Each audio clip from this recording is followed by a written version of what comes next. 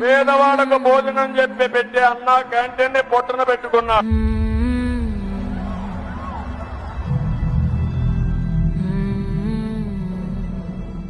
మళ్ళీ హామీ ఇస్తున్నా, అన్న క్యాంటీన్లు పెట్టే బాధ్యత తెలుగుదేశం పార్టీది.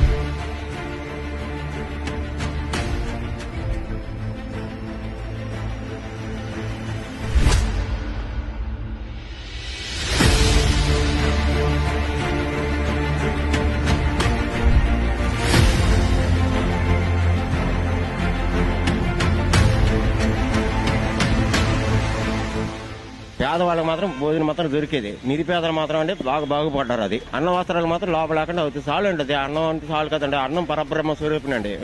5 రూపాయలకి ఈ రోజులో 5 రూపాయలు టిఫిన్ దొరుకుతుంది, 5 రూపాయలు భోజనం దొరుకుతుందండి.